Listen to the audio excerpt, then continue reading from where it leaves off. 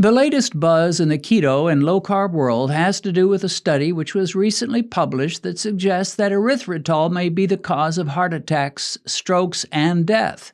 Researchers looked at the blood contents of nearly 3,000 men and women and found that those who had the highest levels of erythritol in their blood were about twice as likely to suffer heart attacks and strokes in the next 3 years as those who had the lowest levels of erythritol in their blood.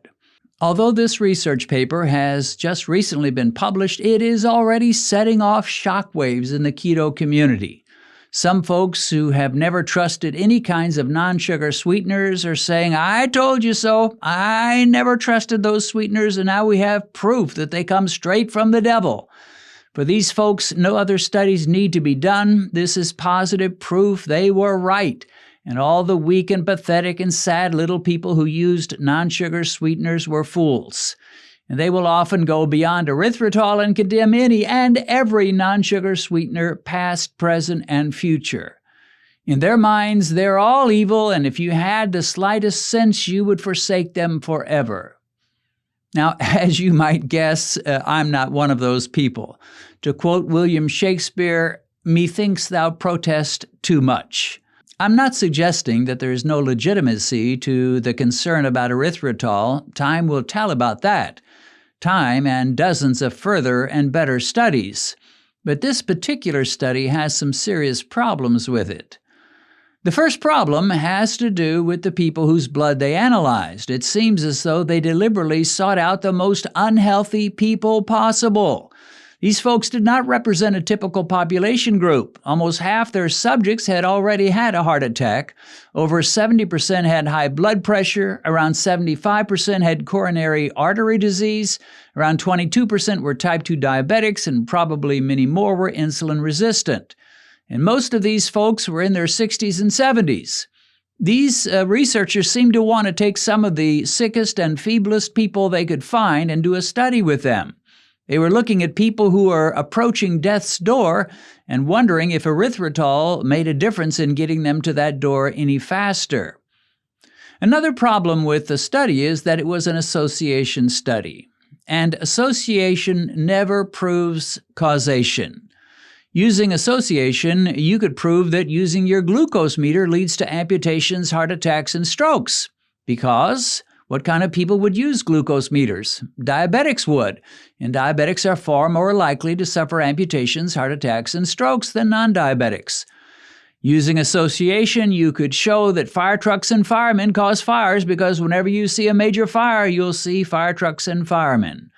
Ergo, fire trucks and firemen must be the source of fires. And if you could just eliminate all those fire trucks and firemen, all the fires would immediately cease.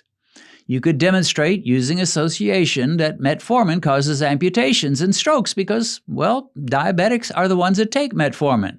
Young, healthy 35-year-old men and women do not take it and rarely have strokes.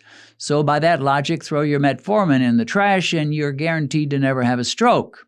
Association studies are never the final word on anything. The best they can do is suggest there might be causation and that stricter and better studies need to be done. A third issue with this study is that the amount of erythritol that was their standard for considering someone a candidate in the upper limit was prodigious, probably far more than most people would ever use. If you're using a sweetener that's mostly erythritol constantly throughout your day, every day, well, you might get to that level, but most would not. Now, I admit I'm pretty cynical about studies that come out, especially when they alone are condemning a particular food or additive. Some people are willing to pivot and change their entire lives on a dime as soon as they watch one YouTube video or read one article that suggests that, well, they need to totally reject a favorite food or even their basic diet. It reminds me of when the Heart Association was pushing a low-fat diet so hard, and they condemned nuts, which of course have quite a bit of fat. Some doctors even blasted avocados for the same reason. Many people gave up nuts and avocados at that point. After all, the experts in the study said that we've got to get our fat intake down to almost nothing. And then, after a decade or more had passed, those same organizations quietly began admitting that fat may not be so bad for us after all, at least the kind of fat that comes from plants. And so, a lot of those same people pivoted once again and started eating nuts and avocados. A few doctors still exist today with a stubborn dinosaur mentality, and they will condemn any and every kind of fat, but they are usually preaching to a smaller and smaller congregation. I guess what I'm saying is that I'm not about to make a major change in my lifestyle or diet based on one associational study. I've come too far and seen too many good results to try and fix something that just ain't broke. Now, most of you that watch my videos regularly, well, you know that I do use non-sugar sweeteners, and if you've participated in one of my challenges to significantly lower blood sugar within 4 or 6 months, you know that I even provide links to videos that show you how to make tasty keto desserts. And I ask participants to limit their keto desserts to 2 evenings per week. I ask them to schedule keto desserts on the weekends, specifically on Friday and Saturday evenings, as a treat. So why do I promote keto/low-carb desserts? I do it for a couple of reasons. First, I've been enjoying them myself for the last 21 years. I would be a hypocrite if I ate foods made with non-sugar sweeteners and then encouraged everyone who watches me to avoid them like the plague. And I'm not that big of a hypocrite. But another reason that applies to me and to those who learn a few things from me is that if you determine never to use non-sugar sweeteners for anything for the rest of your life, you make the diabetes-beating diet much more difficult to try and much more difficult to sustain. Let's face it, when a newly diagnosed diabetic first realizes the changes that he or she must make to crush diabetes, it comes as a shock. Let's imagine me talking to a friend who just found out he has an A1C of 14. I tell him, there's hope for you. You can turn this thing around. He's tremendously relieved, but when he asks me what's the solution, I tell him about some of the dietary changes he's going to have to make, and he becomes overwhelmed. He says to me, so I cannot eat potatoes? I say, nope. No French fries, no baked potatoes, no hash browns? Nope, you're going to have to drop them altogether. And you're telling me I can't eat breakfast cereal, I can never have normal bread, I cannot eat pasta or rice or any kind of chips? And I say, sorry, never again. Then he asks me the big question. Well, sweets, are you telling me I can never eat sweets again? Suppose I tell him, that's right. For the rest of your life, nothing sweet can ever touch those sanctified lips. You will forget what sweetness is, and for the next several decades, as long as you live, you will never again eat another sweet thing. Now stop all that crying. Man up. Be a macho man. After 30 or 40 years, you'll probably forget what sweets taste like, and you won't ever want them anymore. If that is your approach to convincing people to beat diabetes, you'll probably have a pretty low conversion rate. You'll be scaring people off right and left. There's nothing evil or wimpy about wanting and enjoying sweet things. The fact is, God has filled our world with natural sweets, like honey, like fruit, like berries, and it's simply human to enjoy them. The problem is not enjoying sweet things. That doesn't make you wimpy or less than a real man or a real woman. That just makes you human.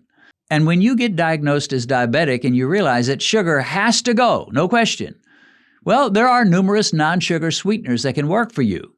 The key is not gorging on them every day at every meal. You do not need nor should you eat keto desserts constantly, day after day, meal after meal.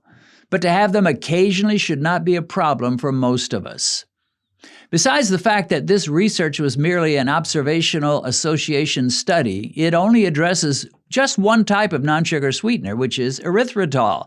A lot of people use that one study, which is all about erythritol, and use it to condemn every single non-sugar sweetener there ever is or will be.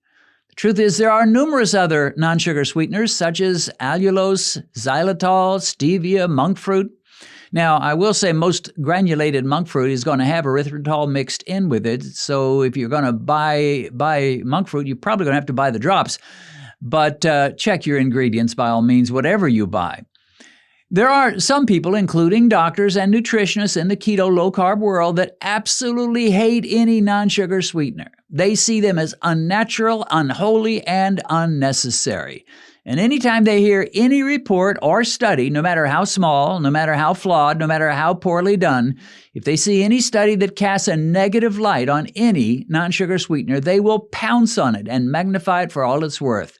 You see, I tried to tell you, if you had any sense about you, you'd give up on all these keto treats, stop putting stevia in your coffee, start acting like a real man, a true keto man or woman.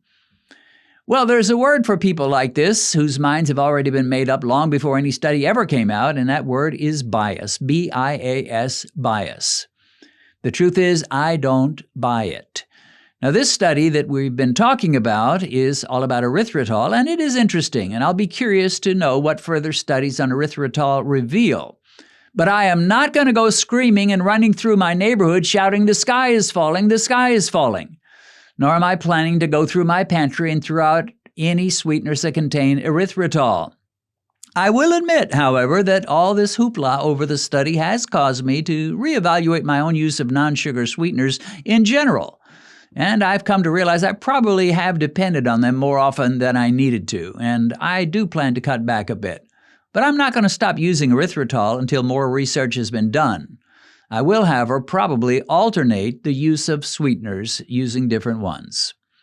One sweetener I will never use is sugar. We've had just a hint of a possibility that erythritol may have some problems, but we have completely 100% positive proof that sugar is a killer, a slow-acting poison that is destroying the health of the whole world. I would far rather take erythritol than sugar. So don't fall into the trap of saying, well, I'll just go back to sugar. At least sugar is natural.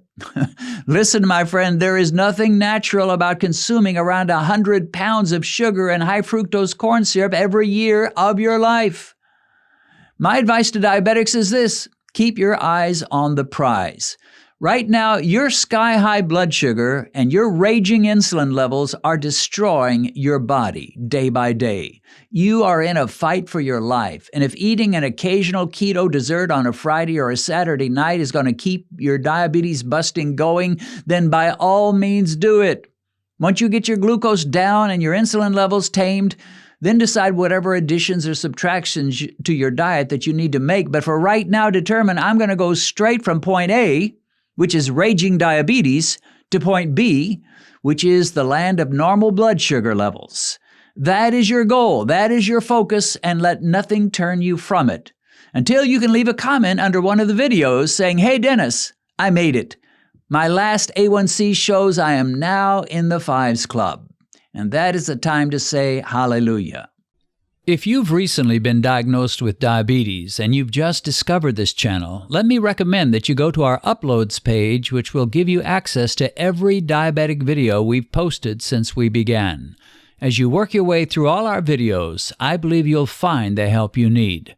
A link to our uploads page is in the description.